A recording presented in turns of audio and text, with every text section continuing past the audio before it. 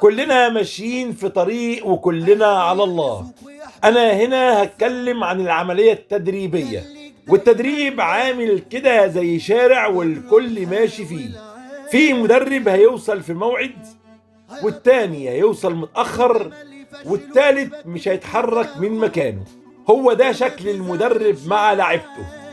في مدرب بيطور، وفي مدرب بيعطل، وفي مدرب ربنا يكفيك شره بيفضل يطبل لغاية ما اللاعب يبطل.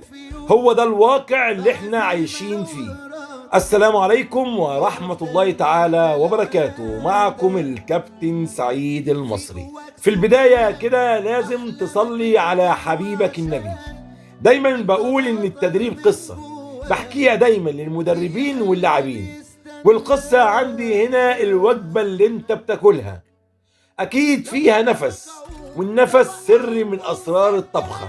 والوجبة عندي عاملة كده زي المهارة، كل مهارة وليها اسرارها، وانت كمدرب لازم تعرف سر المهارة.